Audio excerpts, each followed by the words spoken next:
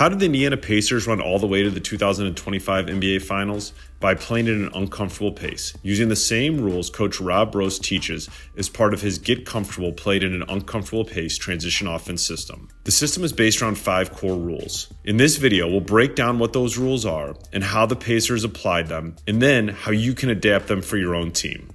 These clips were compiled and edited by Michele Conti. Be sure to give Michele a follow on X at Michele Conti 00. Before we get started, we wanted to let you know that you can get instant access to a free printable PDF of 10 transition offense drills. Just click the link in the description below. Now let's get started.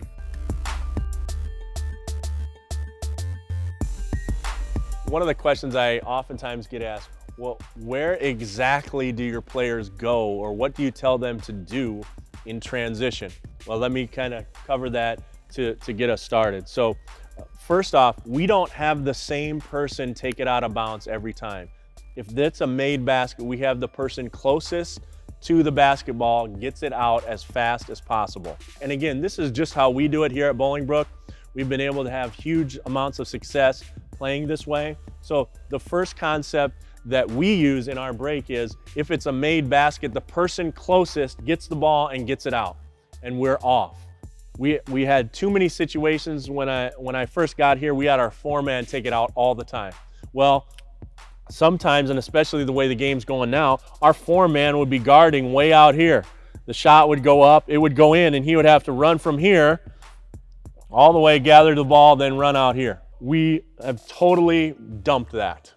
So now off a dead ball situation, and it's a pressing situation or something like that, I might say, hey, so-and-so, take the ball out of bounds, etc. But on a regular transition off of a made basket, the person closest to the ball takes that out of bounds. Jalen Brunson backs down and scores in the paint. Aaron Nesmith, number 23, is the closest pacer to the ball after the score. Notice how he does not let the ball bounce after it goes through the net, allowing him to inbound quicker. Tyrese Halliburton clears the traffic. This is a key teaching point for your players. Most defenders run back on defense in the middle third of the floor. Getting to the sideline makes Halliburton an easier target for the pass. Also notice how he catches the ball. He has already adjusted his body and eyes up the floor, enabling him to immediately see passing options and put pressure on the defense. Because of Halliburton's quick pace and Pascal Siakam spraying the floor, a one-on-one situation is created at the other end. Siakam is able to attack and finish at the rim.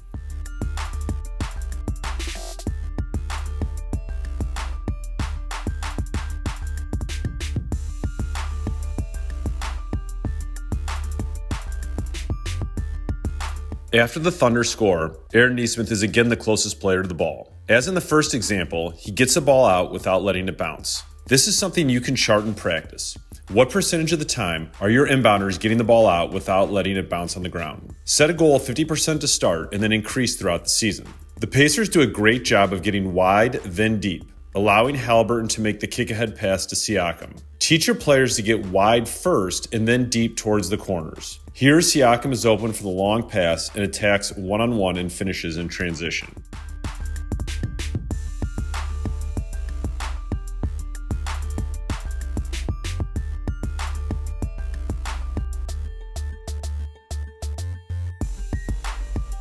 Coaches, your team's offense shouldn't feel safe. It should feel uncomfortable for your opponents. That's how you win more with what you have, not who you don't have. Coach Rob Brost's system unlocks transition at a mind-blowing 70% effective field goal rate by teaching 5 powerful transition rules to make practices and games feel frantic. His system has transformed his Bolingbrook program into one of the most exciting and exceptional programs in the state of Illinois. Let it do the same for your team. The system revolves around 5 core rules shown in this video. Closest player inbounds, get the ball to a ball handler ASAP, run to your spots, get in transition 80% of the time, and score 1 layup off an opponent's basket each quarter. It's fierce, fearless, and practical for any team. It's how you maximize your team's potential and shock the scoreboard. Take control of the pace. Transform your offense. Grab Get Comfortable Playing at an Uncomfortable Pace today. Risk-free for 60 days. Learn more at the link in the description.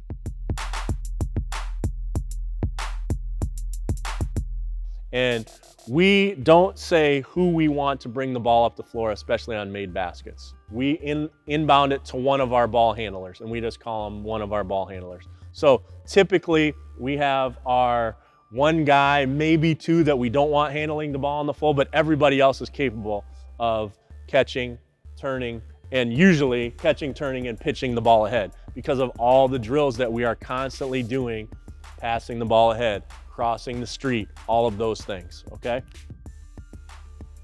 After the miss, Siakam rebounds and immediately gets his head up the floor. Halliburton gets wide and then finds Siakam with his eyes, cueing the outlet pass to the ball handler. Ben Shepard and Andrew Nembhard both get wide first and then sprint the floor. Shepard is able to win his race, another Coach Brost concept. Because of that and the fact that there's no one back at the rim, he cuts back in towards the hoop for an easy layup.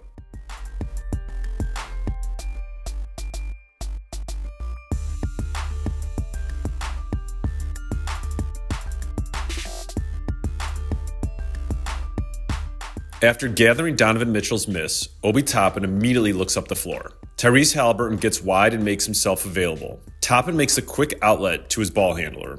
The Pacers have 3 players on the right side, giving Halliburton space to attack.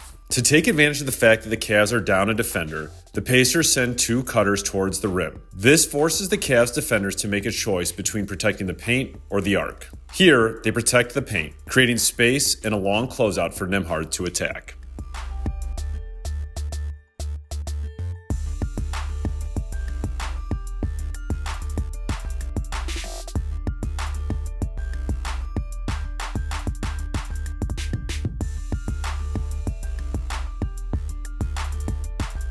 So this leads me to this. So let's say our guard dribbled it up here.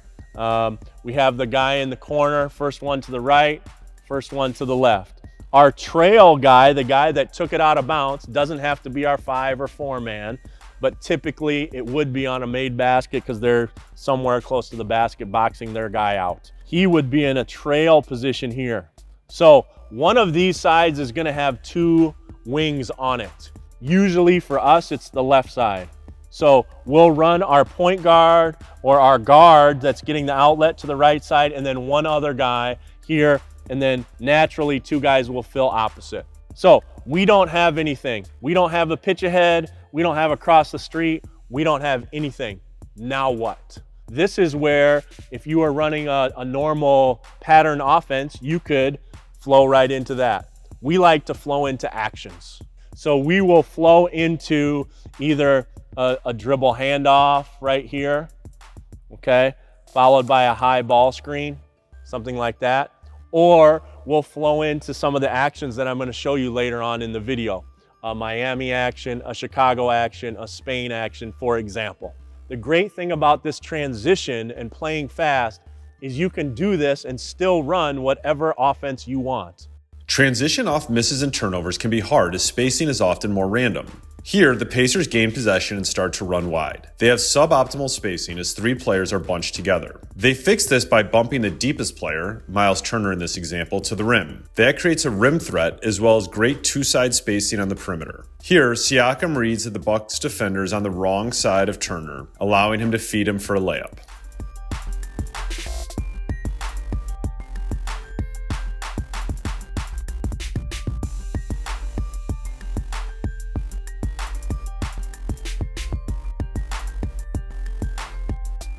Here's another example of running to spots and finding space off a miss. As the Pacers reach the offensive end of the floor, Pascal Siakam realizes there isn't space at the rim. He adjusts and fills the corner spot, leaving the middle of the floor open for Miles Turner to rim run. Nembhard fills the spot on the opposite wing, creating 2-side spacing. Turner's rim run pulls in Kyle Kuzma. This leaves Brook Lopez to guard both players on the weak side. Halliburton skips to Nembhard, who gets the easy layup.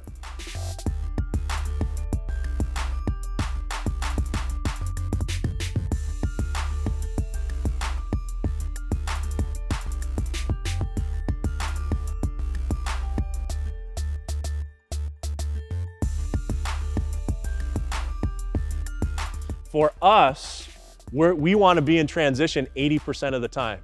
So we practice being in transition about 80% of the offensive time we have of practice. I personally think the most overrated thing is half-court offense. I think it's overrated because you're very rarely in half-court offense for very long. The example I use, let's say there's 100 possessions in a game, okay? okay? People ask me all, there's no way you're in transition 80% of the time. Well, this is how I figure it. Let's say there's 100 possessions in a game. That's a lot, but just for the math, let's say there's 100 possessions. Well, I'm gonna hold you to about 40% shooting. So right there, that's 60% of the time I'm gonna be in transition just from that, just from holding you to 40% shooting. So just from that, I'm in transition 60% of the time on missed shots. Then let's say I turn you over 20% of the time, or I turn you over 20 times. Okay, that's already to my 80%. Now, somebody might say, well, a good team only turns it over 15 times or less. That's probably true, but it's not 100 possessions a game usually. It's somewhere under that. We are about 80% of the time, we are in transition. The Pacers are always thinking run. Notice how Aaron Nesmith lands like a quarterback. In other words, as he gets the rebound, he turns his body, allowing him to see down the floor immediately. This is a great teaching point for players. Also, check out how the Pacers don't jog, but sprint immediately. How can you tell if your players are sprinting? Forward body lean, pumping arms, and heels hitting butts are great ways to evaluate this. It's often the first 3 steps that make the difference between getting a great shot in transition and getting nothing. Here, the Pacers do a fantastic job of transitioning with 0 lag time. Yet again, the threat of the rim run from Siakam pulls in the help defender, Jalen Williams in this case. That opens up the skip in the opposite corner 3.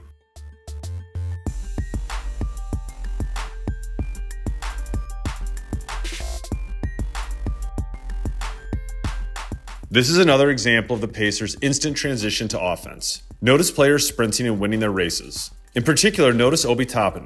He does not look back for the ball in the backcourt, as it's not an ideal place to pass to him. Tell your non-ball handlers not to look back until they cross half court. At that point, they should keep sprinting while looking back over their inside shoulder. With no one open ahead on the ball side, Halliburton immediately looks to the weak side. This is a great transition concept. Because most transition defenses load to the ball side, the weak side is often vulnerable. Passing the ball across the court changes the ball and help side responsibilities, putting the defense in rotation early. Here, Nesmith is able to catch and stride and score.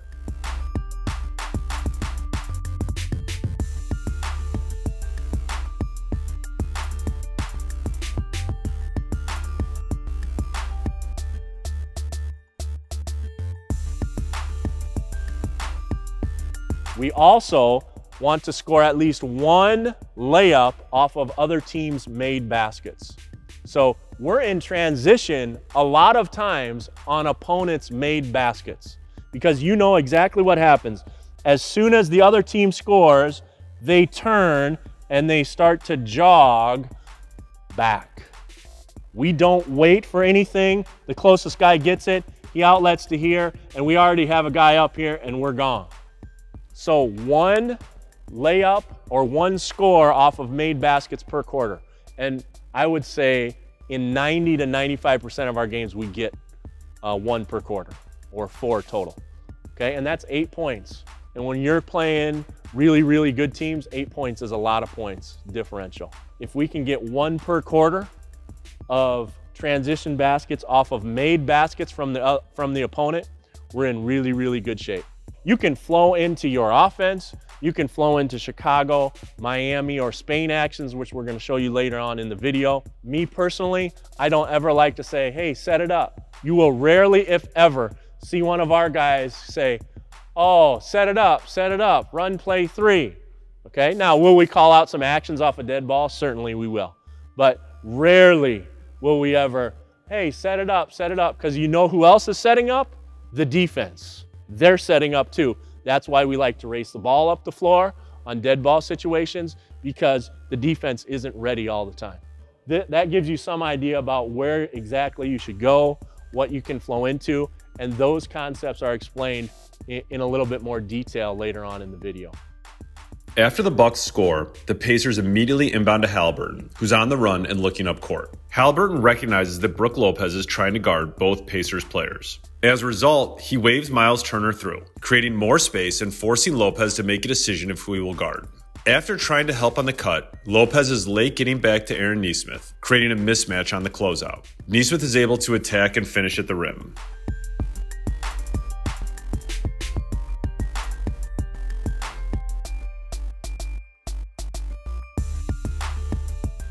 Let's revisit a clip from earlier. As Coach Brost says, scoring teams often have a tendency to relax after a basket. Notice Siakam's urgency to get down the floor in contrast to the Knicks. Here, the first couple steps make the difference in creating the scoring opportunity. As we saw earlier, the combination of the quick inbounds, Haliburton's immediate up-floor vision, and Siakam's sprinting create a scoreback opportunity. Because the Knicks don't sprint back, there's no help at the rim, resulting in an easy shot.